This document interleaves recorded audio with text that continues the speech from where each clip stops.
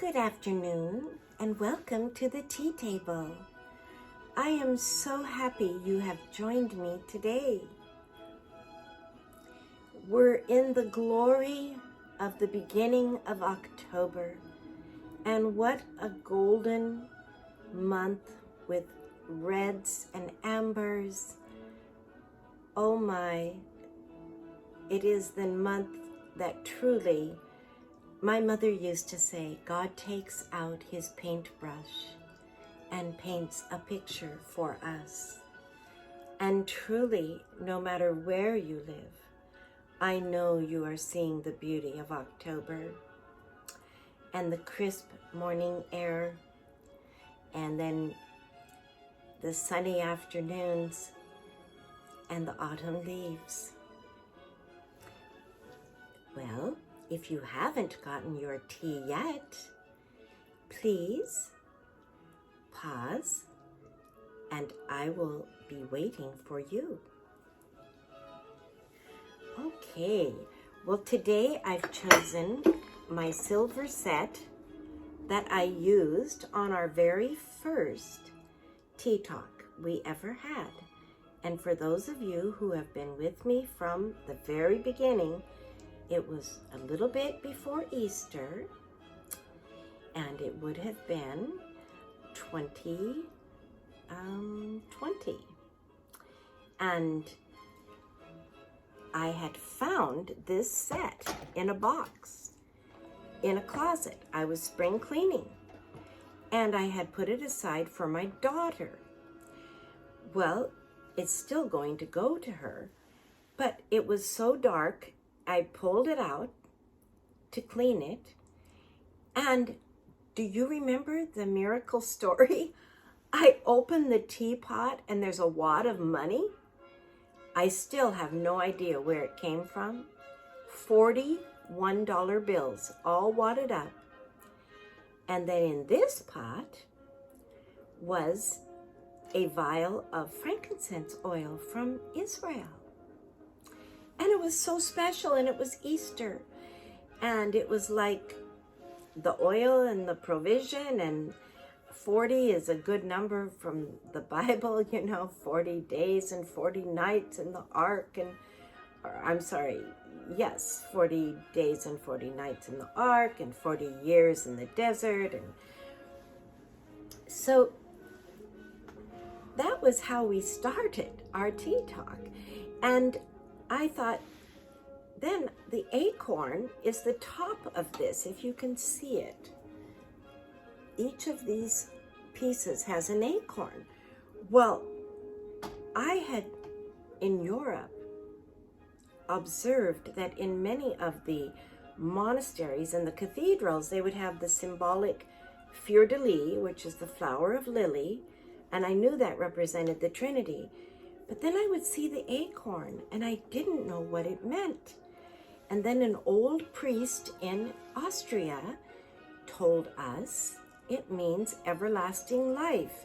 It symbolizes an acorn has hundreds of little seeds inside that have the potential to have hundreds of thousands of trees. Isn't that beautiful? And so today, I thought, well, I'm going to use this, and I felt for golden autumn October, I need a gold cup. And so this is a gold cup. So if you have not gotten your tea yet, you may pause, and I'll be waiting. Okay, so let's pour out. This is a nice black brisk tea. Now it's a mystery tea. I got it out of a jar that said on it, Lavender Earl Grey, way back in my cupboard.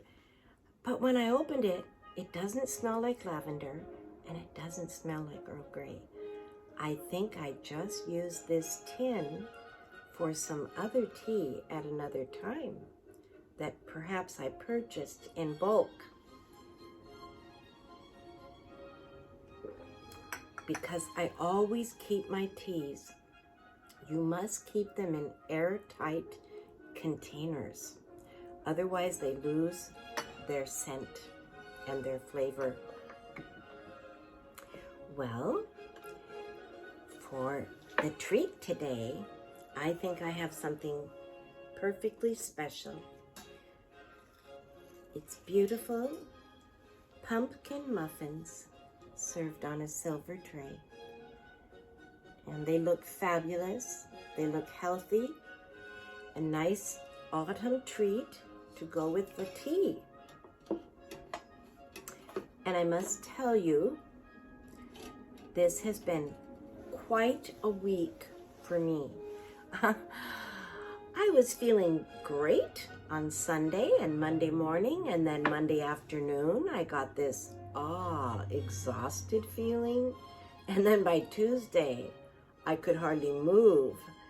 I got hit with a flu, and I have been, you can hear it in my voice, but I thought, I can't miss the tea talk. It has to go on. And so here I am, and we will do our best. And having tea helps a lot. I have been drinking a lot of tea. And I found lemon ginger with honey and a real lemon in it really helps a lot. I also wanted to share that I had a wonderful phone call this week from someone very special in my life. Now, this is a young man, and he is a soccer star, and he is my nephew, and his name is Elliot. He is a professional soccer player, and he also has his own business of coaching and organizing events. And it was such a wonderful call. And guess what he was calling about? Yes, the tea table. And he wanted me to know how much he and his friends enjoy watching the tea table. Well, I'm so honored. And he had some really good suggestions. He said, Aunt Susan, you need to tell all of your tea people they need to subscribe, share, push the notification and the like button, and it will really help spread the news of the tea table. So I'm going to just pass that on to you. And then we talked about comments, and I want to thank you for your comments. They mean so much to me. And starting next week, I am going to choose 1 or 2 comments and read them on the tea table. So please feel free to share your thoughts, your ideas, or whatever you want to share in the comment box. Well, this week is really approaching a very special American holiday. You know, we go around the world on the tea table and we celebrate all the holidays around the world, but we don't want to neglect our own country. And this Monday is Columbus Day. And it's a day I have loved all my life. When I was in school, it was a special holiday, particularly in grade school. I remember we would do play acting, and our teachers would put us in little costumes, and it all felt so important, and we would act out the story of Christopher Columbus discovering America. And I have always loved that story, and I am actually rereading a book right now about him. And in the first chapter, I had forgotten, but you know, remember he's walking along the path with his little son, and they have a long journey because he was rejected and laughed at and made fun of of course, in his own country, and so he was trying to head for France to get help, but he stopped in Spain at a monastery and walked to the door and knocked on the door, and the Franciscan monk answered and gave he and his son food. And then the old priest and leader there is the one who really gave Christopher Columbus encouragement when he had no one backing him with his dreams. It's a long story, and I'm looking forward to rereading the whole thing. But I thought it reminds me of the talks we have had on the tea table about persevering and not giving up and going forward. And when we have a dream, to try to find someone that is of like mind that will give us that moral support, and we can give them support for their dreams. It's called camaraderie. It's called having a kindred heart. Remember Anne of Green Gables? Yes. And when she found a kindred heart, it meant all the world. You know, Anne of Green Gables is such a profound story, truly, because she was an orphan with nothing, rejected, and just begging for someone to love her and accept her. That's another book I have just bumped into on my shelf again, and I thought I may just reread that book too. I enjoy now rereading books, even though there are many new books that I want to read also. But I feel the old ones, there is a reason a classic becomes a classic. And I'll tell you one of the reasons. There's probably many reasons. One is it touches the heart of the majority of people. And that means that we, as human beings in this world, we are more alike than we are different. It's true. We all have two eyes, a nose, a mouth. We all have deep feelings inside. We are able to verbally express. We have the ability to learn new things and to teach others. There's so many things we have in common. And that's why when there's a beautiful song that just goes deep and touches you, and then everyone loves that song and they just say, oh, that's a great song, because it touched the part of the heart that we all have, that we all share. And that is why music is a unifier, and good books are a unifier, and study can be a unifier. Having a little book club is not a bad idea. It's easier to do than one would think. Just find a friend and decide you're both going to read a book together, and then get together and maybe even on the phone discuss it once a week, and put a time limit. Maybe say we're going to read this book we're going to take a month and have this book club, and we're going to meet 3 times and discuss. And with Zoom now, you could do it with friends far away. There's nothing to stop us. And that will add such a dimension to your world. Yes. The music we're listening to is The Royal Fireworks by Handel, George Frederick Handel. And he wrote this music in the 1700s for King George. And it was played on instruments in boats coming down the Thames River. Part of it was to celebrate a victory between France, a peace treaty, France and England. and other parts of it was just to honor him.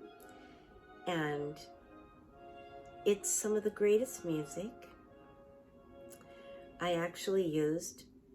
We used for our wedding, the royal fireworks with the pipe organ and a trumpet, and beautiful, just matchless. And Handel is one of those people, I know we talked about him before, but he's another one of the great musicians. He wrote the Handel's Messiah. Why does everyone love it? It hits a human tone in the heart. It spiritually touches our hearts and unites us together and unites us to God. Music is so incredible, and Johann Sebastian Bach, he understood the power of the violin bow.